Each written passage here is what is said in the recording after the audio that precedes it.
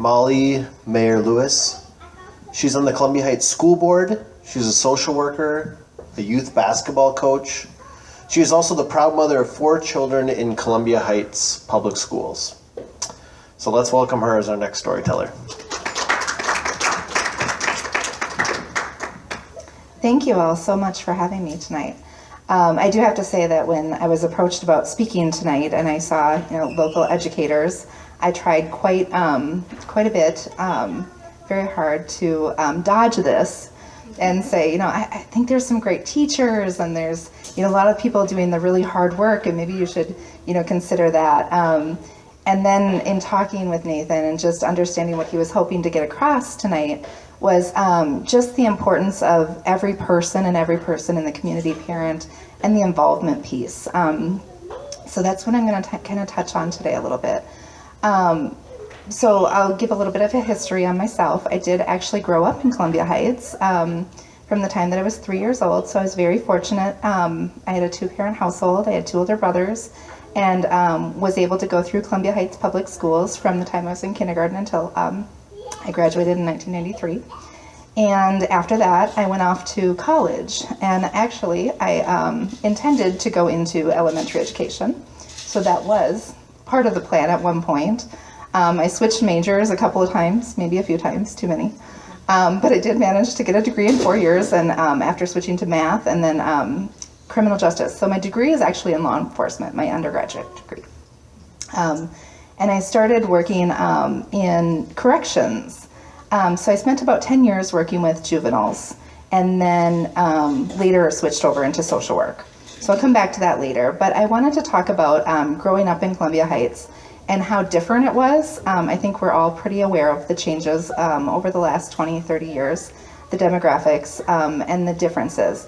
But I grew up in a 2-parent household, and those parents were super involved. When you talked about where you come from, I think that the work that I do is directly reflective of what my parents instilled in me. My parents, Kay and Gary Mayer, some of you may know them from the community. They've been pillars in the community and especially involved with a lot of the athletics, the Booster Club, which isn't just about sports. They do a lot of supporting of the youth in the community in general.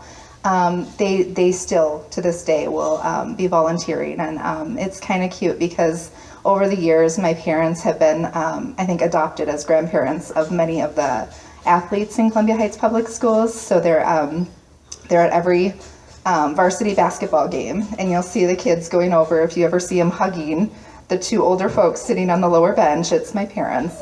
They have just always been supportive of the schools and the youth.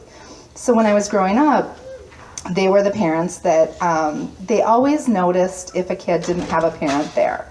And that was always real important. So you would hear them cheering for one kid in particular, maybe not even me or my brother, but you would hear the other kid's name being called quite a bit. And they were always just trying to be that person and understanding that everybody needs somebody. They also did do foster care for youth in Anoka County for several years. And so as a child growing up, I always had that awareness that things could be worse. And when you hear the stories of the kids coming in and you see where they've been and just the trauma that they've been through, and when you see 2 parents that can open their doors and welcome them, it just teaches you something different growing up that I was very, very fortunate to have. I always thought as an adult I would do foster care, but life changed a little bit, and that's not quite on my radar right now. I've got my plate full as it is. So after graduating, like I said, from college, I moved away. I lived in Phoenix, and then I lived in San Antonio. I was a military spouse. And so going back to when Nathan and I were talking, I'm just going to go over a few of the things that I've been, although I'm not maybe as good at storytelling or as experienced in the storytelling. Oh, well, thank you. But I'm 42 years old, but in that time I've been, I had a training recently where you had to list some of the titles that you've had or the roles that you've had. And so I've been a military spouse, a special needs parent, a single parent, a parent of talented and gifted children, a social worker, a school board member, and a coach. definitely my favorite as a coach. I will say that, hands down.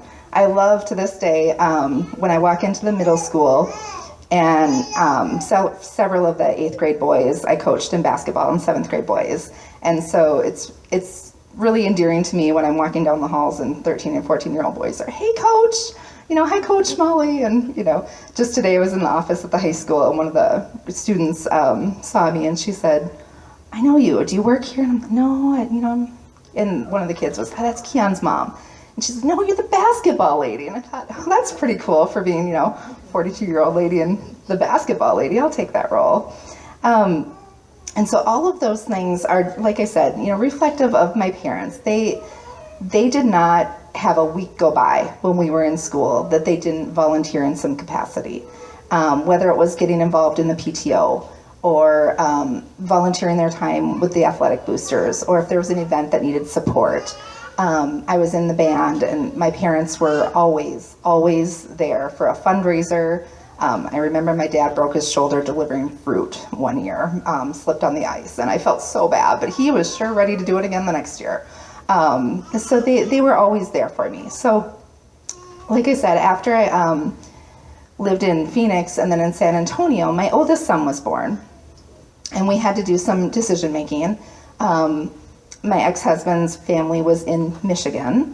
We had come from Phoenix. We were in San Antonio. My family was in Minneapolis. My family was able to do daycare, so that won. So we moved back to the Minneapolis area. And initially, when I had left Columbia Heights, I said, I'm leaving. There's so much of the world to see. I'm not coming back. And my dad said, oh, you'll be back. I know you will. I said, no, I'm not quite sure about that. I live 2 houses down from the house that I grew up in. And so, and I'm very, very happy with that. We did try, a couple of other communities. We lived in Plymouth. We lived in Fridley. No offense to Fridley, but it wasn't quite the same. We just really, when I ended up coming back to Columbia Heights, there's something special. It's different. And so at that time, though, it was in 2005, and the schools did not have a great reputation. There was a lot to be worked on, and it was really a decision about, so we moved into Columbia Heights, but we're renting, and at that time, people were talking like, are you really going to put your kids in Columbia Heights public schools? And I thought, well, maybe I really need to start taking this seriously. So I started looking, and I have one child with significant special needs, and we knew this back in 2005. He was just a year younger than my oldest. And when we looked at, some of the surrounding schools, it was always important to me that my children would be in the same school district. I would never want to have one child attending a different school district. And I learned about how strong the special education program was in Columbia Heights. And so ultimately, we thought, let's give this a run. Elementary school, it had a great reputation. We didn't know what was going to be coming in terms of middle school and high school. We just knew the dynamics had changed from the time that I grew up. And that was about a 10-year period where I wasn't really around the school, so I didn't really see a lot of what had happened. But enrolling my kids in Columbia Heights Public Schools was one of the best things that I really could have ever done. As I said, my kids are, I have 4 children. My oldest will be 18 in just a few weeks here. And then, and he's a senior at Columbia Heights, looking at colleges, and we're trying to narrow it down and make that decision. He's all over the map. I think he's going to end up in Portland at Lewis and Clark. But then I have, so a 16-year-old, and he's a freshman in high school at Columbia Heights High School as well. And then I have an 8th grader. He's 13. And I have a daughter who's 10 years old. So next year in the fall, I have one going to middle school, one going to high school, one going off to college. So I said, I probably need a lot of tissue that month or that week. But it has been great. It's a very different place than it was when I was growing up. And it's different in a lot of ways, in a very good way.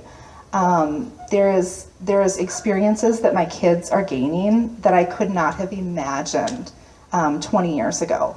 I remember in kindergarten, my oldest son coming home, and he was already learning Spanish, and he was he showed me his name in Arabic because someone had written it out for him. And I thought, oh my goodness, I can't believe this. It's just so different and so amazing because the kids in Columbia Heights are getting, they talk about it. It's that real world experience, and it's really interesting because looking at it from my son's perspective, in terms of looking at colleges, most colleges are not going to be as diverse as their school.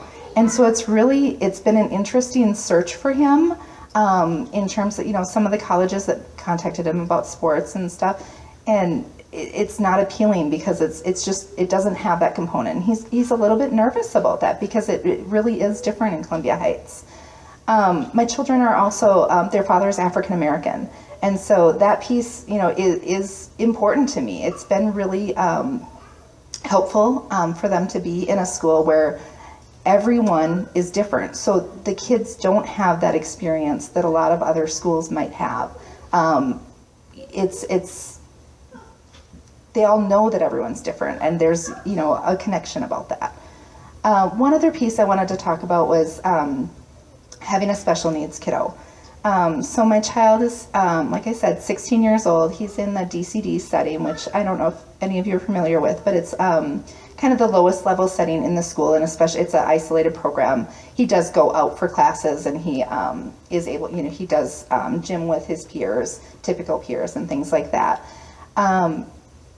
But having a child with special needs makes everything just a little bit different. And what I was hoping tonight would be that there was parents here maybe to talk about with how to advocate for your child and talk about the importance of being there. And, and that's not just for a kid on an IEP, but just really being there in whatever capacity you can. When Nathan and I were talking, we talked about how,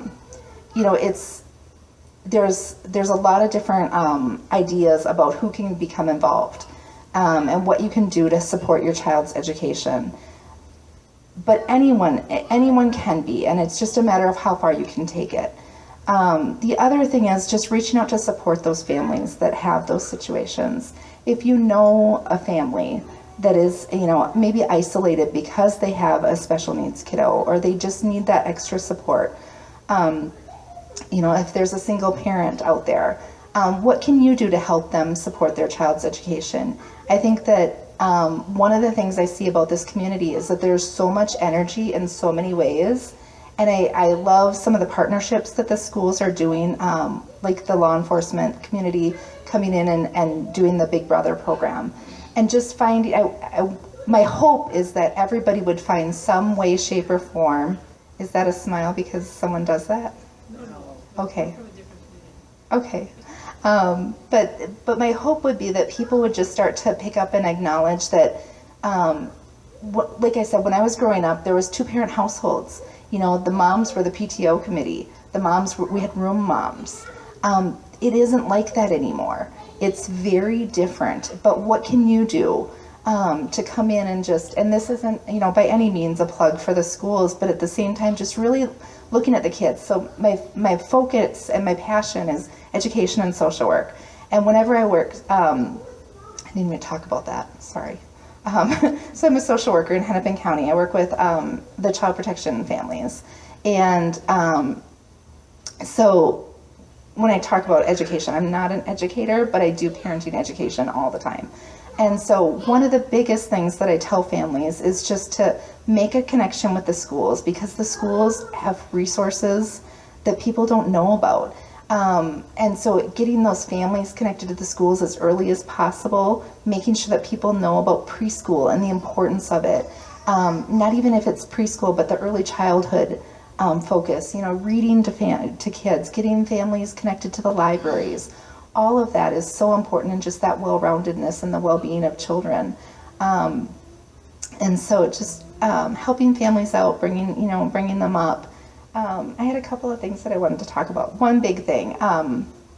So when I moved over from juvenile corrections into social work, one of the first jobs that I did in social work was working with children that had aged out of foster care from Hennepin County and were all in college. It was a dream job. It was amazing to work with 60 youth every year that had all the odds stacked against them, and they were still pursuing their dreams. I had one young lady that went off to the University of Hawaii. She wanted to be a marine biologist, and everybody was saying, you're not going to be able to do that. You're not going to be able to do that. She sure did go. She graduated. She sent me cards afterwards and during and everything. And she managed to get through with like $5,600 in debt. She made a way. Where there's a will, there's a way. You know, and when we talk about being thankful for the families that we came from, when you see the kids and the adversities, they can still succeed. And we need to remember that. We need to always remember that it can take just one person, one mentor along the way to believe in them. And that's what she had. She had one teacher against everyone else saying that she could do it. And she went and did it. And that's when you talk to those youth that didn't have anyone, usually it was one person. It might have been their friend's mom, their, gym teacher. It could have been the cook. It could have been a parent in the community. It might have been a grandparent. It's just that one person. And so I want everybody to really think about that. What can you do? Because it does, just take that one person to make a difference for people.